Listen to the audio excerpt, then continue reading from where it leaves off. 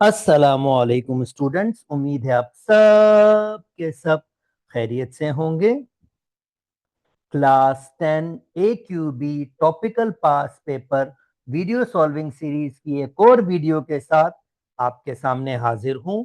Chapter हमने start किया हुआ है सर्किल थ्योरम्स, जिसकी मैं ऑलरेडी 2 वीडियोस बना चुका हूं, जिसमें मैंने 2024 से 2013 तक के टॉपिकल पास पेपर MCQs सॉल्व किए हैं तमाम सर्किल थ्योरम्स के।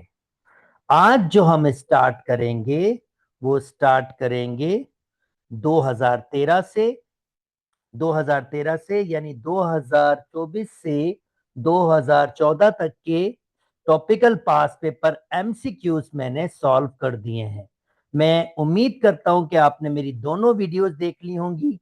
अगर नहीं देखी तो मैं स्ट्रांगली रिकमेंड करता हूं कि वो दोनों वीडियोस देखें, ताकि आपको ये वीडियो और बेहतर तरीके से समझ आए। मैंने ऑलरेडी स्टेटमेंट्स को बार बार यहां पर एक्सप्लेन किया है, ताकि आपको ये सारे के सारे सर्किल थ्योरम के स्टेटमेंट्स रट जाएं। और जो जिन्होंने 2 वीडियोस देख ली होंगी तो उनको तो डेफिनेटली ये रट गए होंगे। ओके जी, थोड़ा साइज बढ़ा देता हूं ताकि आपको फिगर्स बेहतर नजर आए। ये थ्योरम्स की फार्मूला शीट कह लीजिए एक किस्म की। ओके, चलें स्टार्ट कर देते हैं वापस वर्किंग। जनाब बता चुका हूं, डायामीटर पे कोई भी इंस्क्राइब ये इंस्क्राइब एंगल बनता है वो 90 डिग्री का होता है। In the giving circle with centre O as showing in figure, अगर पी क्यू की मेजरमेंट और क्यू आर की मेजरमेंट, पी क्यू और क्यू आर दोनों की मेजरमेंट सेम है, जो कितनी है 2 radical 2 then the length of P R. तो ये कोई मुश्किल नहीं है, ये सिर्फ आपके पास पैथागोरस का स्टेटमेंट है। आपको हाइपोटेन्यूज फाइंड करनी है, सिंपल सी। तो हाइपोटेन्यूज आप कैसे फाइंड कर सकते हो? आप कहोगे पी से आर का स्क्वायर बराबर होगा पी क्यू का स्क्वायर और क्यू आर का स्क्वायर, 2 रेडिकल 2 का स्क्वायर प्लस 2 रेडिकल 2 का स्क्वायर। 2 का स्क्वायर 4, और स्क्वायर से रेडिकल कैंसिल, तो ये 2, ये 4 2 8 हो जाएगा, और ये भी 8 हो जाएगा। पी से आर का स्क्वायर 8 और 8 ये 16 हो जाएंगे। पी से आर का स्क्वायर और फिर रेडिकल लगा लेंगे, तो पी से आर आपके पास 4 के बराबर हो जाएगा। ओके, उम्मीद करता हूं दोस्तों ये वाली बात भी समझ आ गई होगी। चलें जी नेक्स्ट। ओके, मैंने ऑलरेडी प्रीवियस वीडियोस में मैंने डिस्कस किया है कि अगर आपके पास सेंटर से डिस्टेंस कम होगा तो ये कॉर्ड की लेंथ बड़ी होगी, और अगर सेंटर से डिस्टेंस ज्यादा होगा तो कॉर्ड की लेंथ आपके पास क्या होगी? आपके पास छोटी होगी।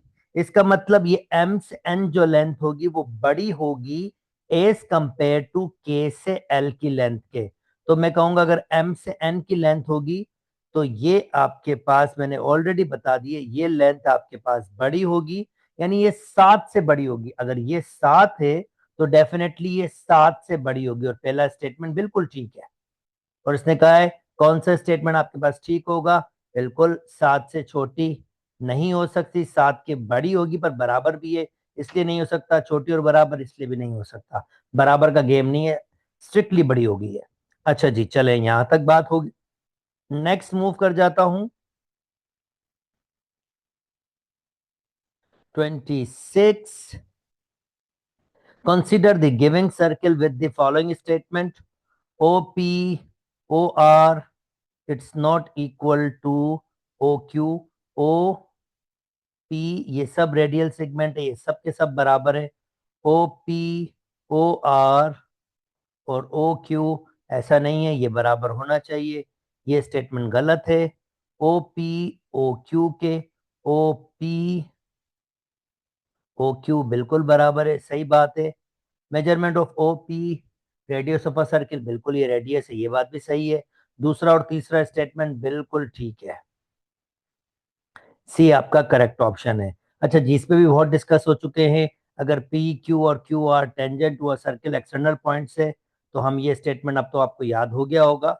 पी क्यू और पी आर एग्जैक्टली बराबर हैं ये, और ये सेगमेंट भी आपके पास बराबर होती हैं। देखते हैं इसमें क्या क्या दिया हुआ है। और यहाँ पर ये 90 का एंगल होता है। यहाँ पर रेडियल सेगमेंट टेंजेंट के साथ हमेशा 90 डिग्री बनाते हैं। तो कहता है O Q perpendicular to P Q, O Q perpendicular to P Q यानी 90 का एंगल बना रहा है। ये बिल्कुल सच बात है। ओ क्यू 90 का एंगल बना रहा है पी क्यू पे, यानी परपेंडिकुलर है। O Q P R, O sorry P Q P R, P Q P R बिल्कुल सही, ये बात स्टेटमेंट सही है।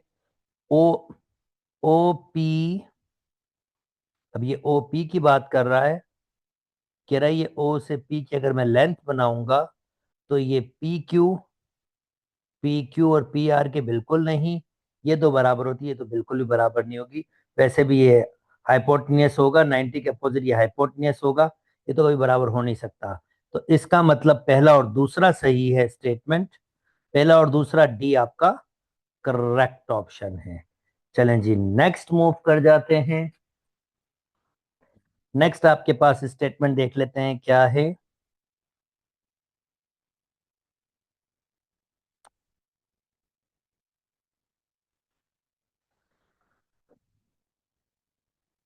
अच्छा जी, वो ही स्टेटमेंट अब की बार, हाँ दिस इज इंटरेस्टिंग। अब ये स्टेटमेंट आपके पास है, इसको भी आपको एक्सप्लेन कर देता हूं ताकि आपके पास ये वाला भी वर्किंग आपको आ जाए। जहन में रखेंगे, अगर आपके पास एक सेगमेंट बने, अब ये सेगमेंट है, ये पूरा सेगमेंट है, इस तो हम सेगमेंट कहते हैं। जो एक कॉर्ड और अर्थ से बने उसको हम सेगमेंट कहते हैं। अगर सेगमेंट कुछ ऐसा बने जो आपके पास सेमी सर्किल को रखता हो, ये सेमी सर्किल है, दिस इज सेमी सर्किल, ये सेमी सर्किल को रखता हो, सेमी सर्किल सर्किल भी एक सेगमेंट है। अगर सेमी सर्किल को वो रखता हो तो जो उसका इंस्क्राइब एंगल होगा ये 90 से छोटा होगा। इंस्क्राइब एंगल जो उसका होगा वो 90 से छोटा होगा। और इसी का उल्टा अगर यहां बनेगा, यहां बनता, यानी अब की बार ये जो सेगमेंट है नीचे वाला, ये सेमी सर्किल के अंदर है, सेमी सर्किल को रखता नहीं है, यानी सेमी सर्किल से बड़ा नहीं है। तो जो यहां पर इंस्क्राइब एंगल बनेगा वो हमेशा 90 से ग्रेटर देन बनेगा। ये स्टेटमेंट है, आपको स्टेटमेंट जहन में रखना होगा। ये आपको स्टेटमेंट है। अच्छा जी, इसका मतलब ये 90 से छोटा होगा, तो greater than 90 no, less than 90 yes, equal to 90 no, only two आपके पास करेक्ट ऑप्शन है। उम्मीद करता हूं दोस्तों आपको बात समझ आ गई होगी और ये स्टेटमेंट भी आपके पास आ गया जो अभी तक डिस्कस नहीं हुआ था पास पेपर्स में। ओके, चले, ये तो बहुत दफा डिस्कस हुआ है। कहता है अगर ये कॉर्ड बराबर होगा तो ये सेंट्रल एंगल, अगर ये 70 है तो ये भी 70 होगा, और ये पूरा 180 होता है।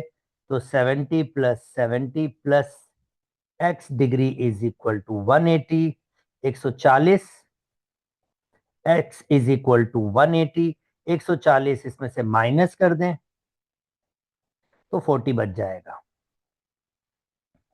आई होप एक्स की वैल्यू थी, एक्स की वैल्यू 40 हो गई है। अच्छा जी, ये स्टेटमेंट भी अभी हमने पहले किया था, ये भी रिपीट हुआ है। ये अपोजिट वाला 120 होगा, 120 क्यों होगा, इन दोनों का सम 180 होता है, और 180 से अगेन 120 माइनस करेंगे तो ये 60 होगा। ये मैंने पिछली वीडियो में भी आपके पास सॉल्व किया था। तो ये एज इट इज आपके पास वापस आ गया है। तो ये मैंने पिछली वीडियो में भी डिस्कस किया था। आई होप आपने वो वीडियो देखी होगी तो आपको ये डिफिकल्टी नहीं होगी। अच्छा जी, अब अगेन नेक्स्ट में मूव कर जाते हैं। 2012 में आ गया हूं, ठीक है।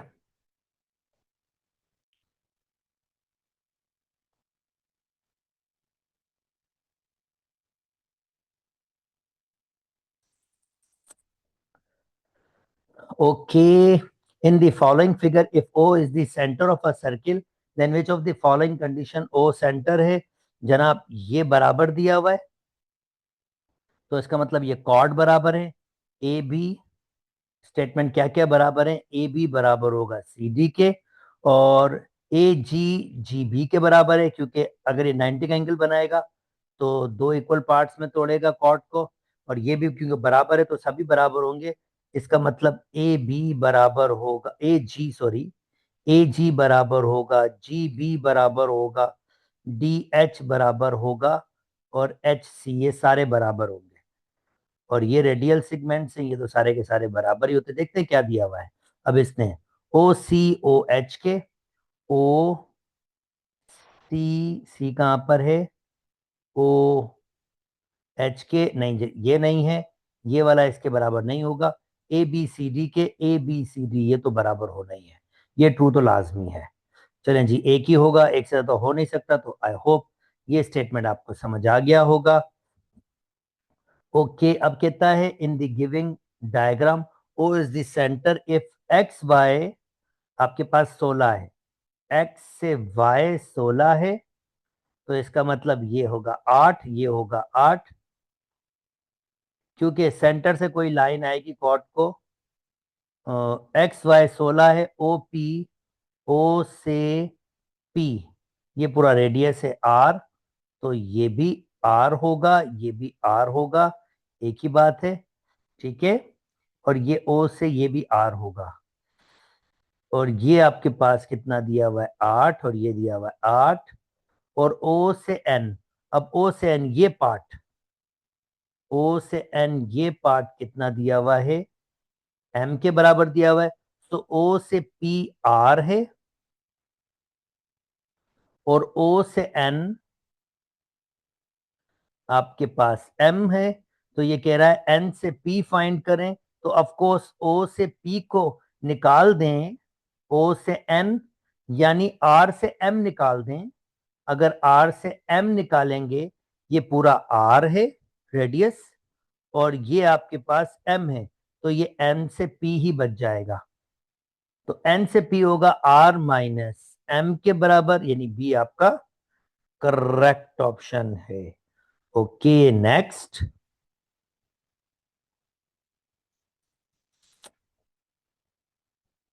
ओके जनाब, O is the centre of a circle shows if, भाई ये टेंजेंट है, 90 का एंगल बना हुआ है, तो ये दो टेंजेंट्स हैं। तो जो स्टेटमेंट हम ऑलरेडी हम जानते हैं, O से B O से A के बराबर होगा। और जनाब और हमें क्या क्या दिया हुआ है? O से B, O से B यानी रेडियस, P से B P से A के बराबर होगा, और O से B रेडियस, अगर ये 3 होगा तो ये भी 3 होगा, और ये वाला पीस भी आपके पास कितना होगा? 3 ही होगा। सो O से P आपके पास, O से P ये आपके पास 15 के बराबर है पूरा, ये 15 के बराबर होगा। तो एक्स से P जो हमारे पास होगा, ऑफकोर्स 3 माइनस कर दें 15 से, तो ये 12 होगा, यानी यहां से यहां तक कितना होगा? 12।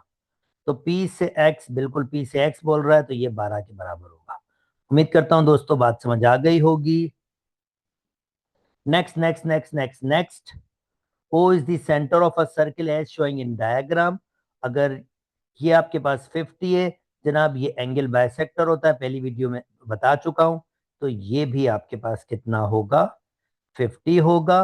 और इंटरेस्टिंगली ये दो, ये 100 पूरा हो गया, तो ये आपके पास 80 होगा पूरा, यानी ये पूरा एंगल 80 होगा, कंप्लीट एंगल, क्योंकि इन दोनों का सम भी 180 होता है, काइट होती है, इन दोनों का सम भी 180 होता है, तो ये भी 40 होगा और ये भी 40 होगा। ये 50 50 और 40 40, ये 100 और ये 80, 180 पूरा पूरा हो जाएगा आपके पास। अब ये क्या मालूम कर रहा है? ए ओ बी, ए ओ बी ये पूरा, तो ये 50 है, ये भी 50 होगा, तो पूरा आपके पास 100 के बराबर होगा।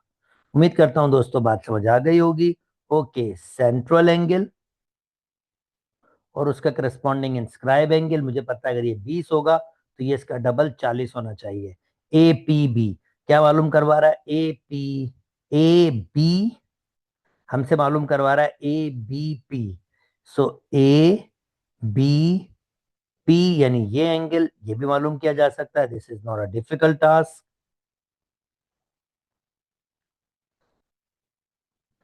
अगर ये एंगल फाइंड कर रहा है तो ये रेडियल सेगमेंट है, ये रेडियल सेगमेंट है। अगर इसके अपोजिट एक्स होगा तो ये भी एक्स होगा। तो इसका मतलब x+x+40 इज इक्वल टू 180। 40 को माइनस कर दिया, 2x is equal to 40 minus करेंगे तो 140। 2 से डिवाइड करेंगे तो 70 डिग्री। उम्मीद करता हूं दोस्तों आपको बात समझ आ गई होगी। चलें जी नेक्स्ट, लास्ट दो ये भी कर लेते हैं।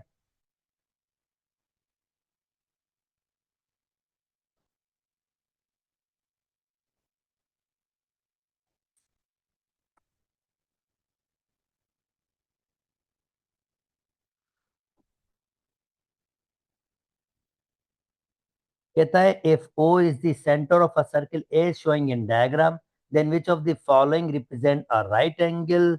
ओके भाई, हमें पता है अगर डायामीटर पे कोई इंस्क्राइब एंगल बनेगा तो ये एंगल 90 डिग्री का होगा।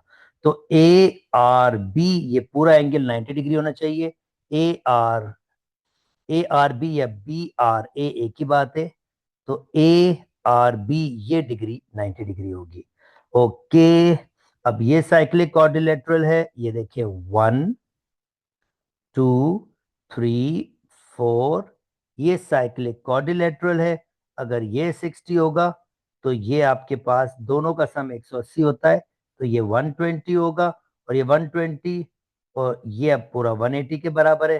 तो जाहिर बात है अगर 180 में से 120 ये, तो ये 60 डिग्री होगा। तो 60 आपका करेक्ट ऑप्शन होगा। उम्मीद करता हूं दोस्तों ये वाली बात भी समझ आ गई होगी। 2011 पे पहुंच गए हैं, लास्ट लास्ट चीजों पे जा रहे हैं।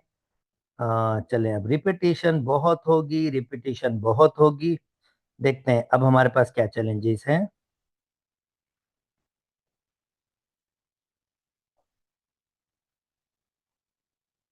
ओके जनाब, कहता है in the figure if caught P T and the diameter Q R intersect, diameter से आया है तो मतलब 90 का एंगल बनाना तो शर्त है उसकी। सच दैट पी एस अगर ये कॉन्ग्रेंट हो तो इसका मतलब यहाँ तो 90 का एंगल बनना जरूरी है। आर एस टी बिल्कुल जी 90 डिग्री के बराबर होता है। ये 90 डिग्री वाला ही आपके पास क्वेश्चन था। चले जी नेक्स्ट। अब कहता है अगर ए बी सी डी के बराबर हो, अब तो मैं प्रिडिक्ट कर सकता हूँ चीजों को। ए बी सी डी के बराबर हो, अगर ये दो बराबर हैं तो जनाब सेंटर से डिस्टेंस बराबर होते हैं। ओ ई और ओ एफ और ओ ई, सिमिलरली ये लेंथ भी बराबर होंगी और ये लेंथ भी बराबर होंगी। तो ओ एफ ये तो 100%। ए ई ई बी बिल्कुल सही। CFEB, सी से कितना, सी से एफ, ये रहा एफ। CFEB बिल्कुल दो कॉर्ड बराबर हैं, ये भी बराबर होंगे। तो तीनों बराबर, ABC परफेक्ट, ए मेरा करेक्ट ऑप्शन है। ओके जनाब, ये भी इजी पीजी, ये 90 डिग्री होता है तो यही पूछ रहा है A P B 90 degree. Statement diameter पे कोई भी इंस्क्राइब एंगल 90, काफी दफा बता चुका हूं। साइक्लिक क्वाड्रिलेटरल बता चुका हूं, अपोजिट एंगल्स का सम 180 होता है। तो एंगल ए एंगल सी के साथ, एंगल ए एंगल सी के साथ होना चाहिए। एंगल ए एंगल सी के साथ 90 डिग्री। डी आपका करेक्ट ऑप्शन है, ये रिपीट भी हुआ है। ये 90 डिग्री होगा। डायामीटर है आपके पास, डायामीटर तो इसका मतलब x+2x+90 degree is equal to 180। तो 3x 90 वहां जाएगा तो 90 बच जाएगा। और x की वैल्यू आपके पास आ रही है 30 डिग्री। 30 ए आपका करेक्ट ऑप्शन है। उम्मीद करता हूं ये वाला स्टेटमेंट भी खत्म। 2010 पे आ गया हूं।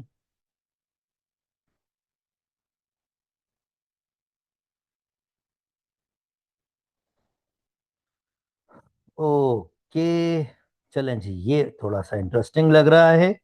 कहता है in the figure A E D B C D E are the tangents.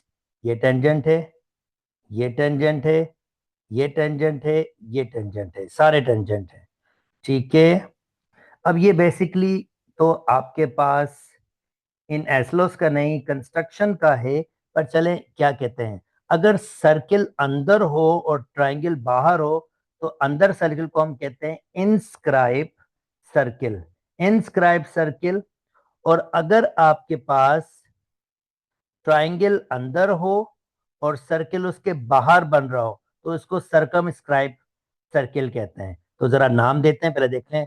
Circumscribe, circum circle of A D E, A D E, circum circle नहीं भाई, सर्कम सर्किल होता ए डी ई तो ऐसे होता। पहला स्टेटमेंट तो गलत है। One of the inscribe circle of A B C, A B C बिल्कुल सही, ये इंस्क्राइब सर्किल है, ये स्टेटमेंट ठीक है।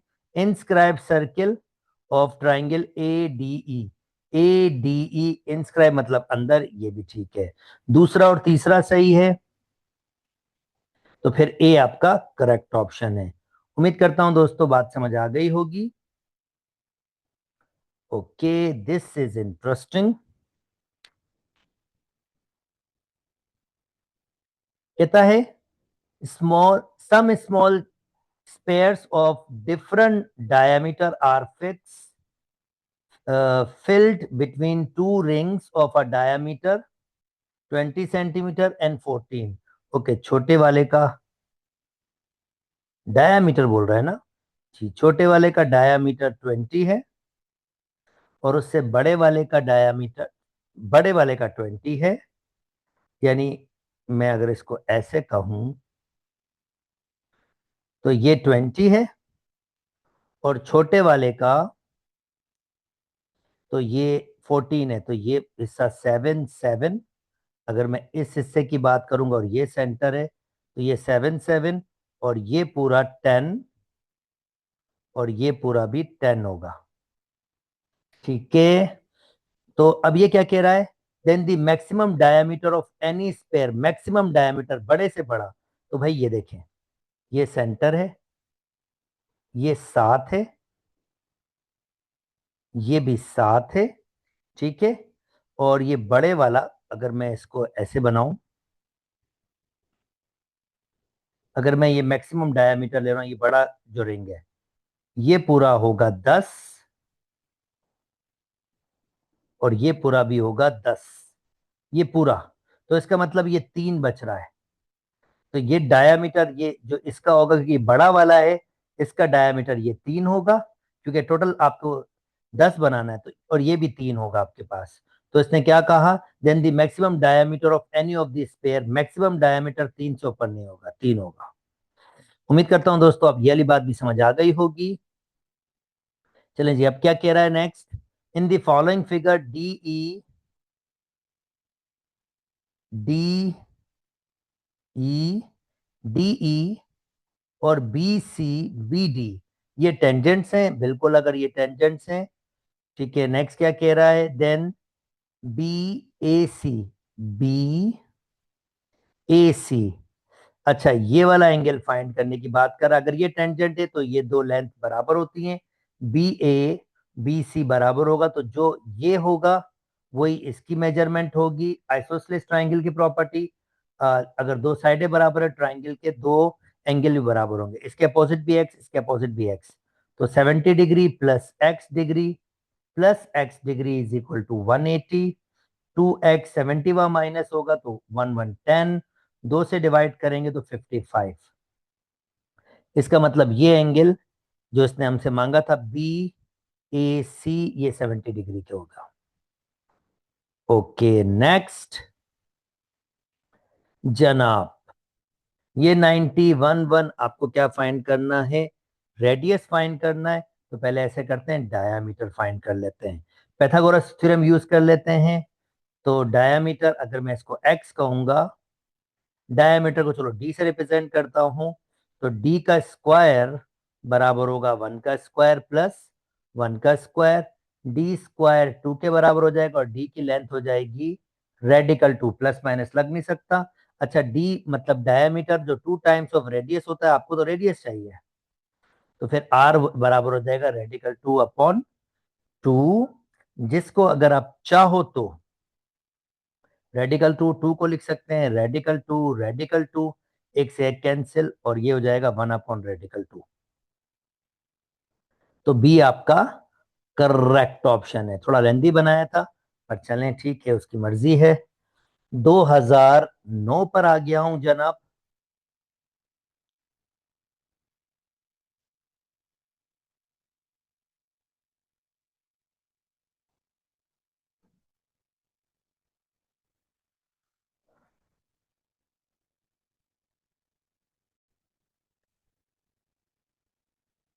कहता है if AT is tangent to a circle at point T and OA 13 के AT 12 के then the radius। अच्छा जी, ये कह रहा है AT टेंजेंट है तो ये 90 का एंगल बनाएगा फिर रेडियल सेगमेंट के साथ। ये 13 के बराबर दिया हुआ, ये 12 एक राइट एंगल ट्राइंगल है। रेडियस फाइंड करना है आर, तो 90 के अपोजिट हाइपोटेन्यूज, 13 का स्क्वायर बराबर होगा 12 का स्क्वायर प्लस आर का स्क्वायर। 169, 12 का स्क्वायर 144 यहां पर आएगा, तो माइनस 144 आर स्क्वायर। 169 9 में से 4 जाएगा, 6 बचेगा। 6 में से 16 में से 14 जाएगा, 2 बचेगा, 3। 169 चेक कर लूं,